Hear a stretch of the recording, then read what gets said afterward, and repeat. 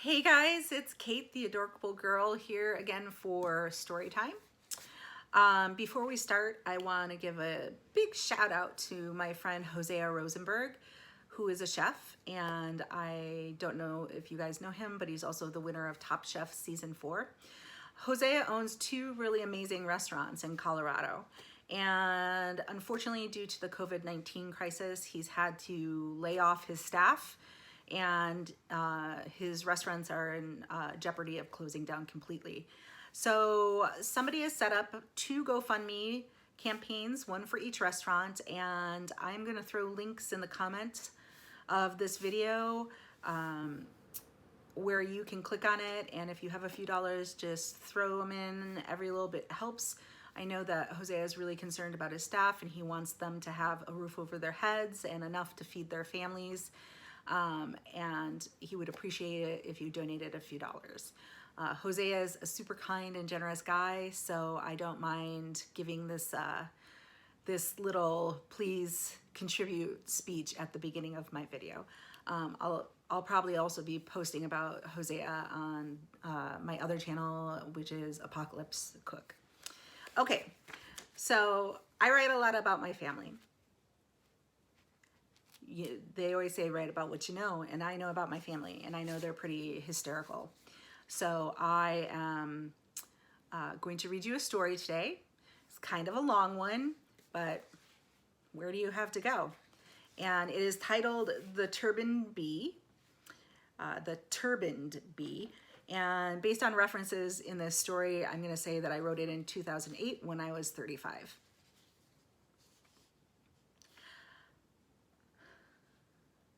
Sometimes I wonder how my family is perceived by those on the outside looking in. When my cousin Annie was in the 5th grade, her teacher asked them all to write a paragraph about what their family does at the holidays. Annie wrote, "My mom and Aunt Nancy and cousins drink beer and play cards. Then we have cocktail hour. Then we make Phil. Then we bake cookies. On Christmas Eve, we go to breakfast at Mike's place, and we eat a big dinner. After dinner, Sparky and Matt drink the goose. And Sparky then walks the dog around the block without his shirt on. Then we all watch It's a Wonderful Life, and then we go to bed. On Christmas morning, we have to wait for everybody to get up to look at our stockings. Then we take turns opening presents. Halfway through the presents, we stop and eat Phil. When we're done with the presents, some people take naps and some people watch movies. My mom and Aunt Nancy smoke and play cards. Then we have another cocktail hour. Then we eat dinner. Then we go to bed. The next day, my cousin Katie takes me to see a movie and to get McDonald's. Then we come home." I don't know if she exactly wrote that. Otherwise, there might have been a call to my aunt about taking a kid to a cocktail hour, which really, only subsists of having snacks on fancy little plates. Although the grown-ups do tend to break into the Miller Lite around that time. Though this is a close approximation to what she wrote. I know for sure that she put the part about Sparky walking the dog without his shirt on. Let me translate a few things for you. Phil is a breakfast casserole. We always have it on Christmas morning. Phil got its name because the woman who gave the recipe to my mom in the mid-80s wrote on the recipe card, "Phil likes quite well." We think Phil was her husband, but we're not sure. So yeah, every year for the past 25 years or so, we've been eating Phil every Christmas morning. The goose would be Grey Goose vodka, which has been responsible for more than a few Christmas hangovers in my house. But the family that drinks together stays together, right? I suppose.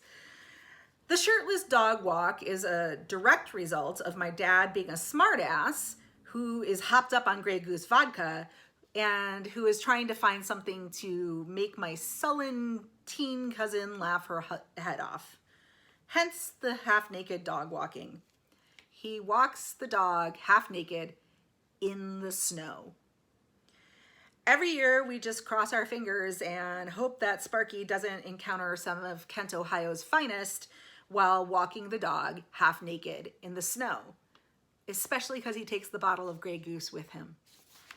Suffice it to say, My family is absolutely 2 or 3 giant steps over the state line of normal. But that's why we're so much fucking fun. Let's turn that around though for a second and discuss the dick. My grandmother's second husband is universally hated in our family. I didn't understand this much as a kid, how hated he was, because he was usually pretty okay to me. But as soon as I became an adult, that all changed. I remember him telling me shortly before my first wedding that I had thunder thighs. Had I not been so hopped up on anxiety about getting married in the first place, I might have paused at that moment and popped the dick in the nose. To make matters worse, he's absolutely kidnapped my grandmother from her family and secluded her on a mountaintop in North Carolina. Before that, he had her secluded in Fond du Lac, Wisconsin. But he had to make the move to North Carolina because clearly Wisconsin was too close for our family in Illinois and Ohio, as we could still drive to see my grandma. It was after becoming secluded on said mountaintop that my grandma clearly lost her mind. The spunky woman who had told off my second grade teacher for keeping me after school without letting me call home to tell my grandma that I would be late was replaced with a shell of a woman who was obsessed if I was all right, often calling my mom to worry about me to her. Yes, I was all right. It's very sweet that she was worried, but I am fine, and she shouldn't worry so much.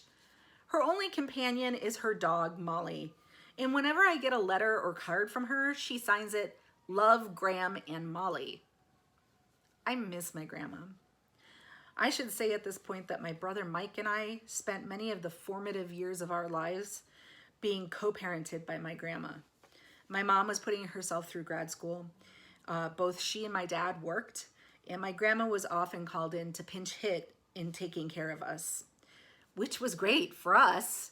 We loved staying at my grandma's. She would make us waffles in the morning, and she let us come home from school, which was only a block away, to have lunch and watch Underdog. And basically, she doted on us anytime we were in her line of sight. What makes me sad is that my younger cousins, I am the oldest of 10 on my mom's side, don't know the woman that I knew growing up. This and the fact that I never get to see my grandma anymore due to her being secluded on a mountaintop makes me hate the dick all the more. They don't come to family events. We practically had to beg my grandma to come to my youngest brother's college graduation. And honestly, that weekend, when the dick was not there, she was more like herself than I've seen her in at least 10 years. I attribute this to her having been out from under the watchful eye of the dick. I shared a hotel room with her, and I have to say there were some moments that weekend where she was actually spunky and cheeky. I hold on to dear life for that, onto that memory for dear life, as is probably the last time that I'll remember seeing my grandma being herself. Again, this makes me really sad. They don't come to family functions because it's too far to drive, and because the dick won't go anywhere without my grandma's dog, and he refuses to fly. Instead, he drives this big converted van everywhere. It's so lame. So imagine our surprise when my brother and sister-in-law sent out invitations to their wedding and received a reply from my grandmother and the dick that they would be attending. Frankly, I thought that hell had frozen over and that somewhere there was a pig flying around. Yet, no, the night before the wedding, they showed up in the big-ass van with the dog, and then my uncle and aunt and godson James in tow. I should have realized right then and there that there was no way we were going to get through this weekend without somebody having a cow or some kind of drama. My first wedding, a smallish affair, had at least 6 cows in it. Granted, many of them were from the groom's mother, but weddings are kind of ripe for drama. Sure enough, we got through the wedding and we were well into the reception and well into the wine when all of a sudden there was a lot of commotion going on. People were grabbing ice buckets and napkins and bustling around. I turned to ask my sister-in-law's mom what had happened, and she said, "Your grandpa fell out down and cut his face." I looked back at her with steely eyes and said, "He's not my grandpa. He's my grandmother's second husband. My grandpa cannot be in attendance today because of health reasons." And what do you say happened? Apparently, the Dick decided that he needed some air. So he went out for a little walk under the guise of going to check on the dog. Yeah, they brought the dog to the wedding and left her in the van. It's total crazy town, I know. So while he was taking this stroll, it would seem that the Dick, who must have been in his mid-80s by then, lost his footing and face planted into some bushes, but not without hitting concrete on the way down. I got up because I didn't want my brother to have to deal with this, and I went outside to see what was happening. As I exited the reception hall, I felt a hand grab my wrist and yank me back. It was my mother, who was standing against a wall with my Aunt Bee smoking cigarettes.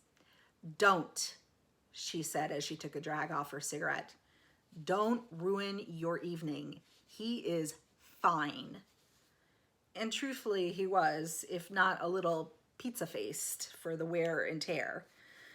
I became convinced, as did most of the people in my family, that the Dick had done this on purpose to afford him a reason to whisk my grandma, my uncle, my aunt, and my godson James up and make them leave the festivities early, which is exactly what happened, and it sucked, and it made all of my siblings, myself included, madder than we'd ever been at the Dick. You can tell the absolute lack of love my family has for this man by the reaction of my mom and my aunt to his accident. If it had been my grandma or my dad's mom, Grandma Helen, or some other aging member of my family whose face planted onto some concrete, we all would have been beside ourselves. The Dick? Not so much.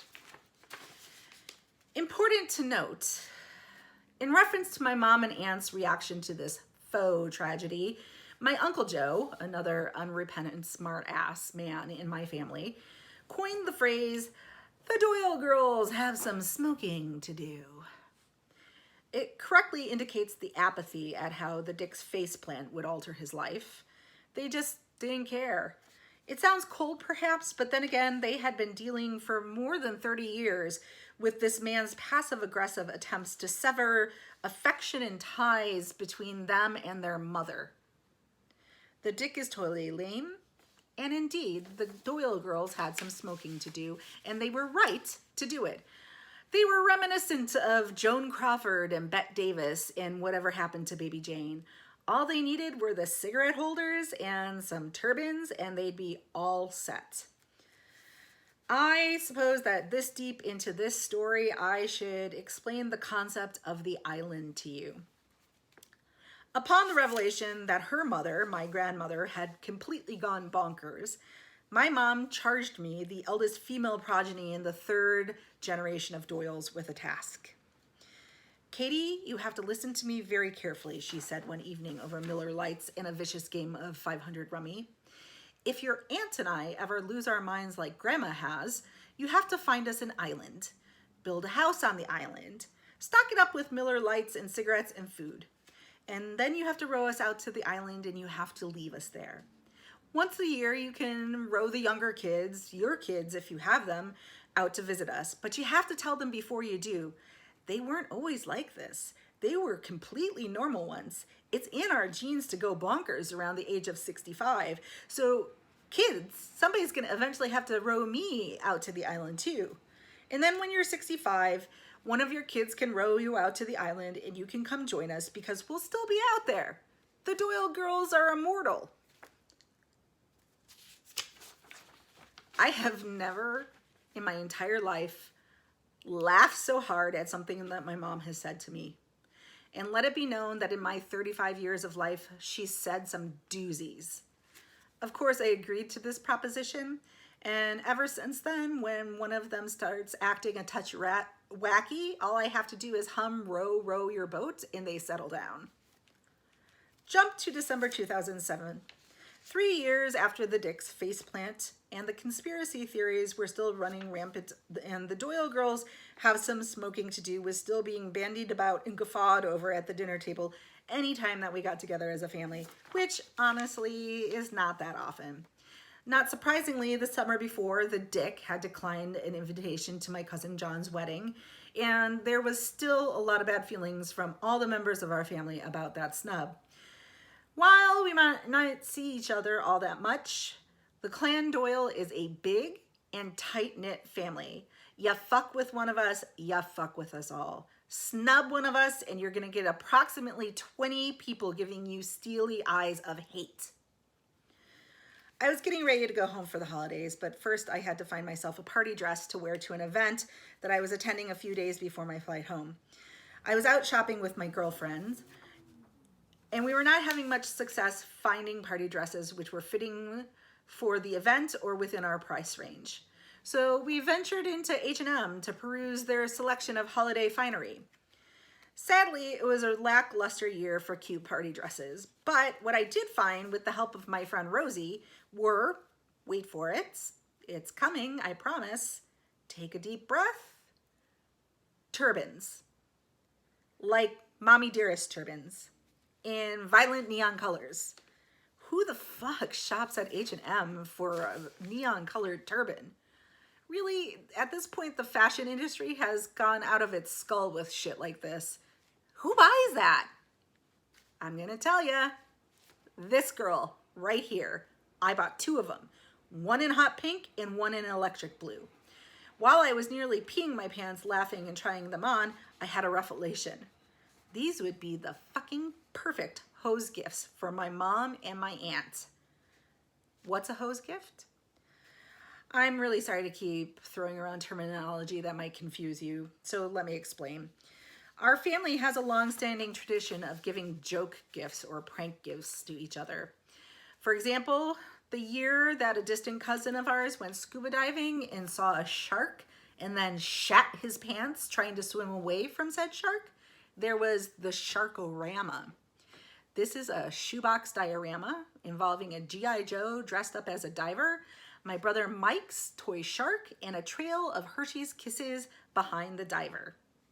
That, my friends, is the epitome of a hose gift. Hose gifts are a long and proud tradition in our family.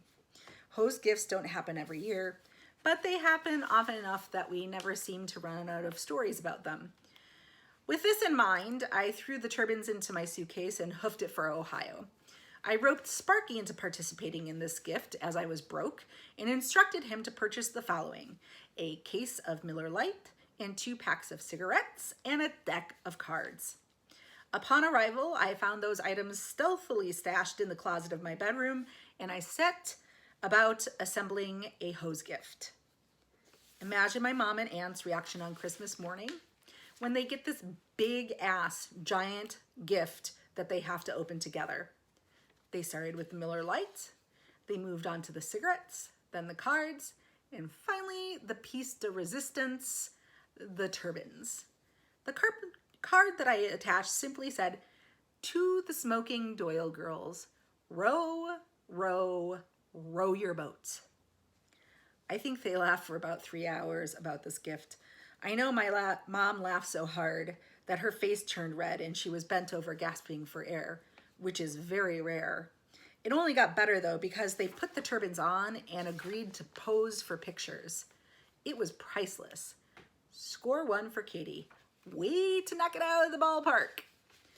I actually have become rather adept, probably the most adept of the 3rd generation of Doyles at giving hose gifts. This year, one of my brothers got the pocket Scarface, and my other got a boxing Mr. T-doll. My mom got a Rosie the Riveter bobblehead, and Sparky got a pocket Blues Brothers. I am gifted at gifting the hose, it would seem. So my aunt, short for Aunt Baloney, which is what we called her when we were really little kids, because when she and my mom were kids, my mom called her Joni Baloney. So she is pretty much like a sister to me, my Aunt B. She was who I looked up to while I was growing up. She was super cool, single, and lived in Washington, D.C. She had masses of fabulous friends, and every single time I'd visit her, she'd take me to do cool and interesting things. Aunt B gave me my first rock album, shortly followed by my Uncle Joe giving me my second. Those albums were respectfully Billy Joel's An Innocent Man and Bruce Springsteen's Born in the USA. What can I say? It was the 80s. I attribute a lot of how I turned out as an adult to having grown up with feisty women to emulate.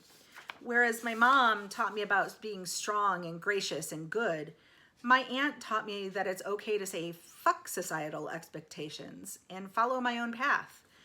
I know for a fact that my desire to live in the city comes from having visited my aunt in Washington, D.C. so much.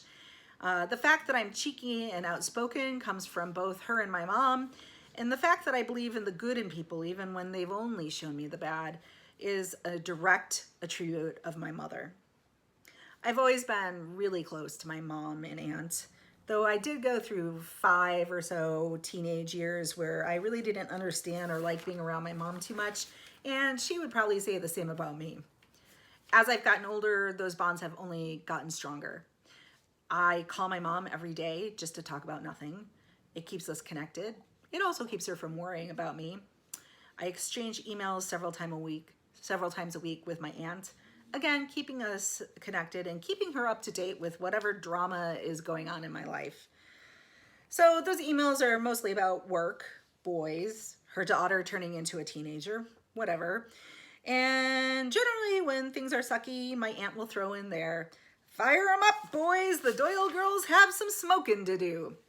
I think this phrase has transmogrified over the years to be less about apathy and more a touchstone about the fact that we are a family of steely tough, unbreakable women. Not entirely unbreakable. Sometimes we break. But then others do a song and dance and they hide our breakage from the outside world.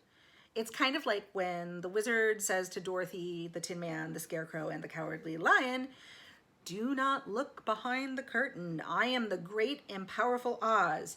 Then Toto pulls away the curtain and the masquerade is revealed. And there's a wizened old codger throwing some switches and turning knobs. Whenever one of us is in crisis, there's a lot of switch throwing and knob turning done by the rest of the family to protect the person who's having a hard time. This is the best thing about having a tight-knit family that's so big. And frankly, this is also why I cannot understand my friends who do not have that kind of relationship with their families. This is all I've ever known. So this past fall, I was going through a particularly bad breakup with a guy named Constantine. Bummed out, wouldn't begin to describe how bad I felt.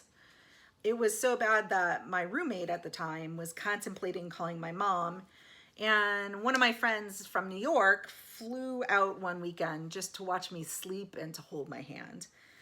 My mom was particularly concerned about me as I don't have the best of mental health, and she was really worried that being so sad about a breakup would cause my mental health to get much, much worse. Honestly, I don't remember what the email was about. It might have been around the time of the elections because I do remember writing to my mom and my aunt about how afraid I was that McCain and Palin would somehow win, despite the fact that Obama and Biden had a clear lead in the polls. I think this was all wrapped around some bitching that I might have been doing about Constantine and or my job and or just being frustrated with life in general. What I do remember is that my aunt wrote me back a plucky email message with the words "chins up, kid" wound into it. Of course, she threw in the Doyle girls have some smoking to do, yada, yada.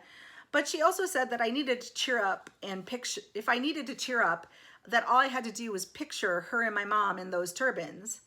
And I did. And it totally cheered me up. Those turbans were a find. They've provided hours of smiles and laughter for our whole family. The best thing about that email, though, was that she signed it. The Turbaned Bee. That made me lose my shit laughing. And I might have peed a little. It was really, really funny. The Turbaned Bee. Yeah, I did say at the beginning of this story that my family is a couple giant steps across the state line of normal. Well, there you go. That is the Turbaned Bee, written by me in 2008. Apologies to Constantine for mentioning you in this story. I hope you are doing well. Anyway, that's it from me today, and I hope that I will be back tomorrow. It depends on my baby's nap schedule, with another one of my essays to help amuse you guys while we're all trapped inside going through this pandemic. Until then, bye.